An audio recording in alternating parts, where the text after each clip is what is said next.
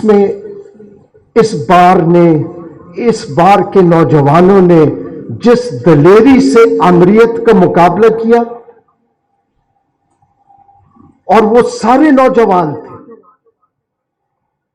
جس طرح منیر صاحب نے کہا، میں اتفاقاً اس پلیٹ فارم پہ ان کا ایک ادنا سا کارکن ہوتے ہوئے ان نوجوانوں کو نہیں پتا تھا کہ کسی جج سے کبھی تعلق بھی ان کا بنے گا، نہ وہ کسی جج کو جانتے تھے، نہ وہ ججوں کی بحالی کے لیے کھڑے تھے اصول پہ اور قربانیاں دے رہے تھے۔ وہ ایک بہت بڑے اصول کے لیے کھڑے تھے، وہ ایک بہت بڑے، ان کی قربانیاں جو تھیں وہ اس کانسٹیٹیوشنل گورننس کے لیے تھی۔ وہ آئین کی بالادستی چاہتے تھے، وہ جمہوری اقدار کی بالادستی چاہتے تھے، وہ ججوں کی صرف ریسٹوریشن نہیں چاہتے تھے، وہ اس کا اتفاقاً ایک حصہ تھا۔ اور اس ٹائم پہ جو نوجوانوں کا جذبہ دیکھا، میں اپنے بارے میں ایک چیز کہہ سکتا ہوں، میں نے اس دن تہیہ کیا تھا کہ ان 90 لوگوں شہداء جن میں وکلا بھی شامل تھے، اور وہ نوجوان جنہوں نے قربانیاں دی سیلف لیس، وہ ان سنگ ہیروز ہیں، ان کے نام کوئی نہیں جانتا، اور کامیابی ان کی کامیابی تھی، وہی نوجوان اس موومنٹ کا لیڈرشپ تھے۔ لیکن ان کو دھوکہ ہم نہیں دے سکتے تھے، ہم آج بھی نہیں دھوکہ دے سکتے۔ ہم میں سے جو بھی اس مقصد سے ہٹا جس مقصد کے لیے انہوں نے قربانیاں دی، میں یہ سمجھتا ہوں انہوں نے اس تحریک سے غداری کی، خواہ وہ جج تھا، وکیل تھا، یا کوئی سیاستدان تھا۔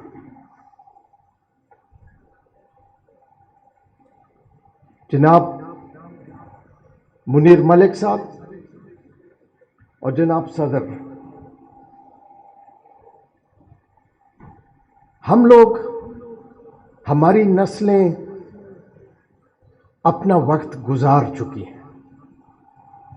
ہم اس ملک کا جو کچھ کر سکتے تھے، جو تباہی کر سکتے تھے، وہ ہم نے کیا، اور ہمیں تسلیم کرنے سے کبھی گھبرانا نہیں چاہیے۔ جو کچھ کیا ہمارے ہاتھوں ہوا ہے، ہم کسی پہ مورد الزام نہیں ٹھہرا سکتے، اور یہ 77 سال سے ہوتا رہا ہے اس ملک میں، اور 77 سال سے ہوا کیا ہے؟ وہ ہوا ہے جو آج کا آپ کا عنوان ہے کہ یہاں پہ کانسٹیٹیوشنل گورننس نہیں رہی۔ فیصل صدیقی صاحب نے کہا، انہوں نے ایلیٹسٹ بات کی۔ میں نے کئی ایک فیصلوں میں ہائی کورٹ میں لکھنا پڑا کہ اس ملک میں آئین کی بالادستی نہیں ہے، قانون کی حکمرانی نہیں ہے، یہاں پہ ایلیٹ کیپچر ہے۔ اور وہ ایلیٹ کیپچر 77 سال سے کیوں ہے؟ کیونکہ یہاں پہ کانسٹیٹیوشنل گورننس نہیں ہے۔ موضوع کی طرف آتے ہیں۔ جناب فیصل صاحب، آپ نے جو بات کہی کہ وعدے، آپ کو وعدے کی کہنے کی ضرورت نہیں ہے۔ بحیثیت جج میں نے جو اوتھ اٹھایا ہے اس کے الفاظ اگر ہم ہر صبح پڑھیں تو ہمیں کسی قسم کے کوئی وعدہ آپ کو لینے کی ضرورت ہی نہیں۔ آپ کو تو روزانہ ہمیں یاد دلانا چاہیے کہ آپ نے صرف لوگوں کے ساتھ نہیں، اللہ کا نام لے کے، اللہ کو حاضر ناظر جان کے ایک اوتھ اٹھایا ہے وہ اوتھ کیا ہے؟ وہ اوتھ یہ ہے کہ بغیر خوف کے، بغیر کسی فیور کے، امپارشلی فیصلے کرنے ہیں قانون کے مطابق، اور سب سے بڑھ کر یہ کہ آئین کا دفاع کرنا ہے۔ یہ ہمارے اوتھ کا حصہ ہے، یہ کسی پہ احسان نہیں ہے۔ جو بھی جس عہدے پہ بیٹھا ہے، بالخصوص بحیثیت جج اگر میں بیٹھا ہوں، میں اس اوتھ کا پابند ہوں، میں لوگوں کو جواب دہ ہوں، میں باروں کو جواب دہ ہوں، اور سب سے بڑھ کر یہ کہ میں انسان ہوتے ہوئے، چونکہ میں نے اللہ کا نام لے کے اوتھ لیا، میں اللہ کو جواب دے ہوں۔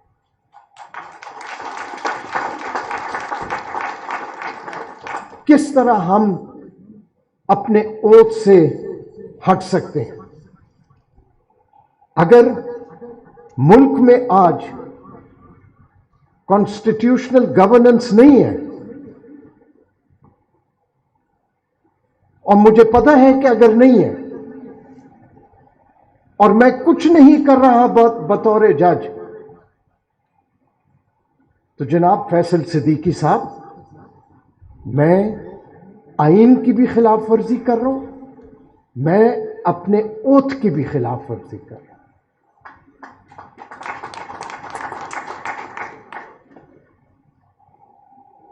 چونکہ آپ نے سیمینار میں ایک موضوع دیا ہے، اور اس موضوع میں سب سے اہم عنصر کانسٹیٹیوشنل گورننس ہے۔ برطانیہ میں صدیوں سے کوئی لکھا ہوا آئین نہیں ہے، لیکن وہ معاشرہ رول آف لا کے لیے مشہور ہے۔ ہمارے ہاں ہوا کیا ہے؟ بدقسمتی سے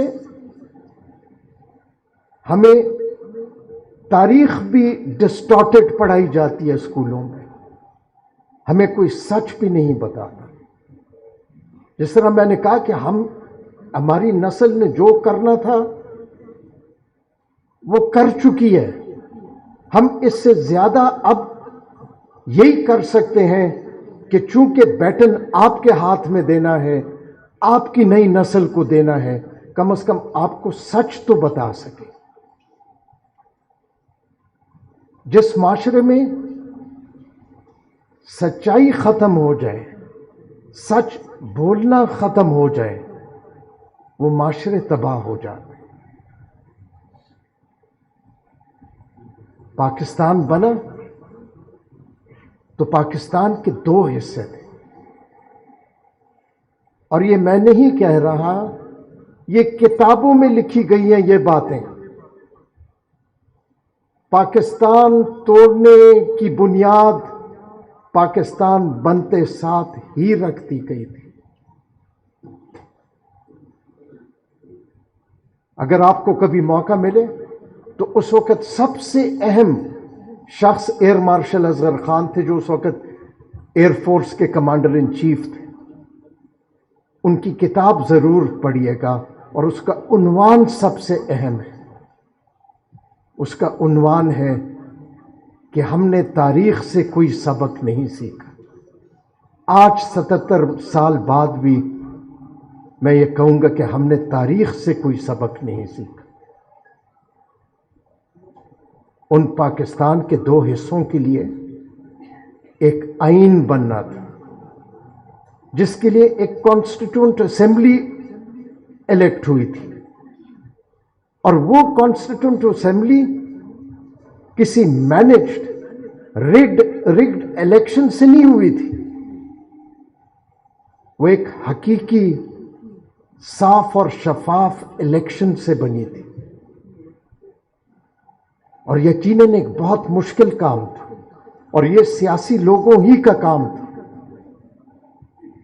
کہ وہ اس ملک کے لیے آئین بنائے۔ جب وہ متفق ہو گئے، انہوں نے آئین کا ڈرافٹ بنا لیا، اس کو وہ اناؤنس ہونے کا ٹائم آ گیا تو بدقسمتی سے سول اور ملٹری بیوروکریسی نے مل کے اس آئین ساز اسمبلی کو ڈیزالو کیا، اور مجھے یہ کہنے میں کوئی آر نہیں ہے کہ پاکستان ٹوٹنے کا بنیاد وہاں سے رکھی گئی۔ ایسٹ پاکستان کے لوگ ہم سے الگ نہیں ہونا چاہتے تھے۔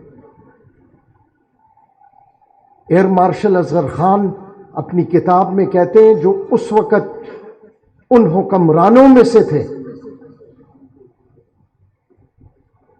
کہ 1962 میں سے پہلے ان حکمرانوں نے کہنا شروع کر دیا کہ یہ ہم پہ بوجھ ہے، اور پھر جسٹس منیر کی کتاب پڑھی، انہوں نے کہا کہ جی مجھے صدر ایوب خان نے یہ ٹاسک سونپا 1962 میں کہ ان کو جا کے کہو، ان کو سمجھاؤ کہ اگر وہ الگ ہونا چاہتے ہیں۔ یہ وہ اپنی کتاب میں فرام جنا ٹو ضیاء لکھتے ہیں، اور بدقسمتی سے اس بار کا ایک اور اعزاز بھی ہے کہ یہ بار آمریت کے خلاف فاطمہ جناح کے ساتھ بھی کھڑی تھی۔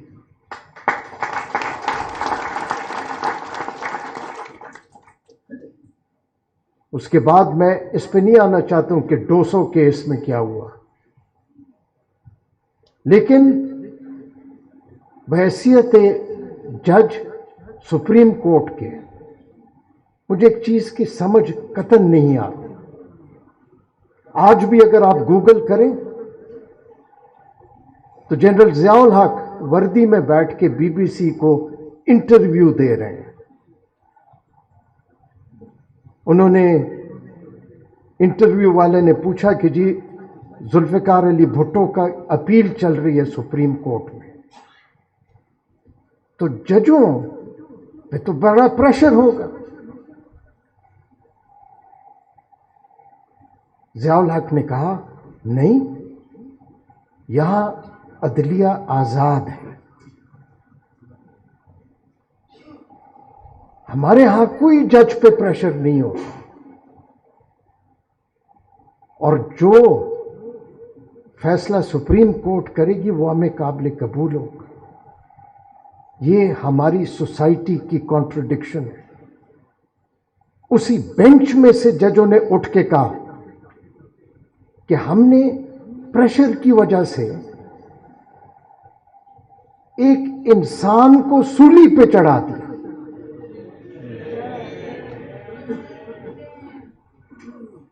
لیکن 40 سال بعد سپریم کورٹ نے تسلیم تو کر لیا، سزا کسی کو نہیں ملی، اور وہ صرف ذوالفقار علی بھٹو شہید نہیں تھا، اس وقت عوام اس کے ساتھ تھی۔ ساری لڑائی جو ہے اس عوام کی اور اس اشرافیہ کی تھی، لیکن اس کے لیے ذوالفقار علی بھٹو کھڑا تھا، اس نے اپنی جان دے دی۔ اور استعمال کون ہوا؟ استعمال جج ہوئے، اور انہوں نے اپنے آپ کو استعمال ہونے دیا، خوشی سے استعمال ہونے دیا، لیکن اس میں بھی 3 جج تھے۔ دوبارہ اس بار کا یہ پرائیڈ ہے کہ ان میں سے 2 جو ہے اس بار سے تعلق رکھتے تھے، جسٹس حلیم اور جسٹس دوراب پٹیل۔ دوسرے جسٹس صفدر شاہ۔ ادھر آزاد جج ضرور رہے ہیں، لیکن عدلیہ نے کبھی بھی اپنا وہ کردار ادا نہیں کیا جو کہ اس کو کرنا چاہیے تھا. کانسٹیٹیوشنل گورننس کا بڑا سادہ سا مطلب ہے کہ آئین کی بالادستی ہوگی، کہ سب آئین کے تابع ہوں گے، کہ ہر ادارہ کہ سب آئین کے تابع ہوں گے، ہر فرد عہدیدار اس آئینی اصولوں کے مطابق چلے گا. لیکن اس آئین کی بنیاد کیا ہے؟ اس آئین کی بنیاد، وہ آئین بذات خود is the expression of the will of the people. یہ جو اصل حکمران ہے عوام نے اپنے ول کو ایکسپریس کیا ہے. اور ساتھ جس طرح منیر ملک صاحب نے کہا، اس آئین کا سارا پریمس، ساری بنیاد یہ ہے کہ حق حکمرانی صرف اور صرف اس اصل سٹیک ہولڈر، اس عوام کا ہے جو کہ اپنے الیکٹڈ نمائندوں کے ذریعے کرتا ہے. لیکن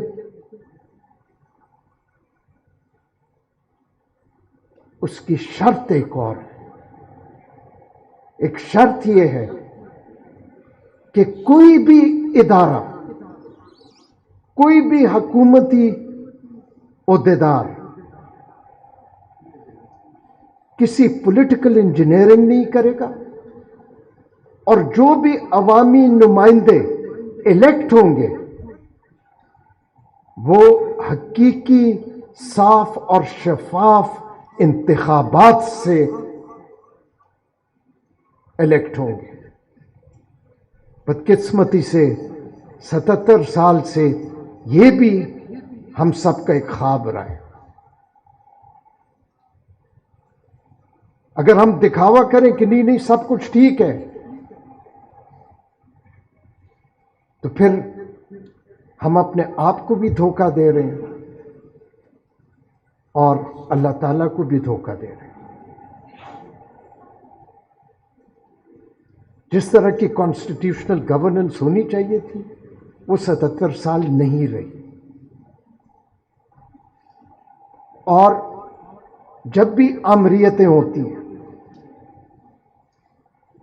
آمریتوں میں بھی الیکشن ہوتے ہیں، آمریتوں میں بھی آئین ہوتے ہیں.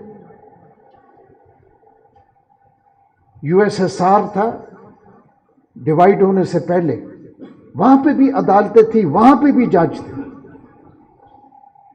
لیکن وہ حکومتی پالیسی کے خلاف کچھ بھی نہیں کر سکتے تھے، ان کی کوئی طاقت نہیں تھی.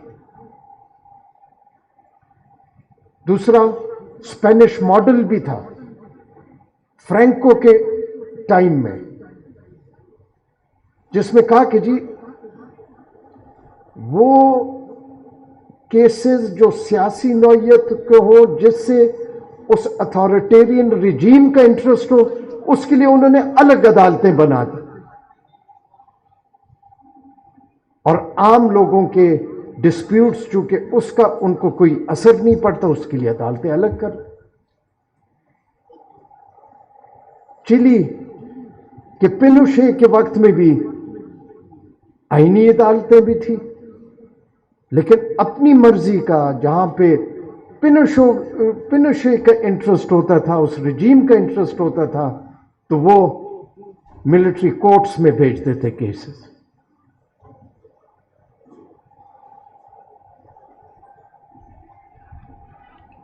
ہر ایک نے حلف لیا ہوا ہے. اگر صرف اپنے حلف کی پاسداری کریں تو اس ملک میں بھی لوگوں کے حقوق جو ہے ان کا تحفظ ہو سکے.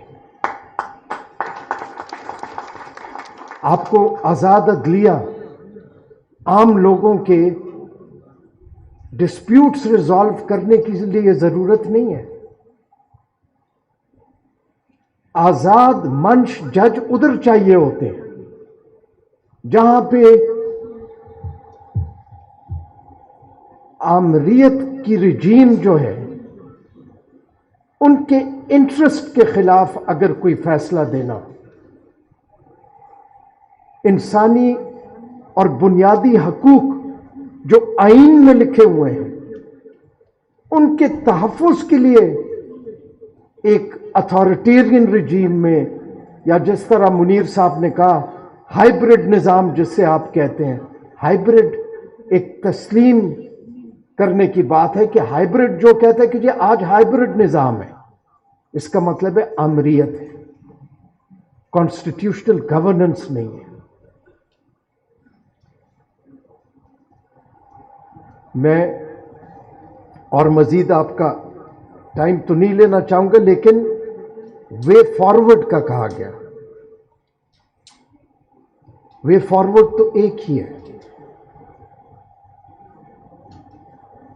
آئین ہے.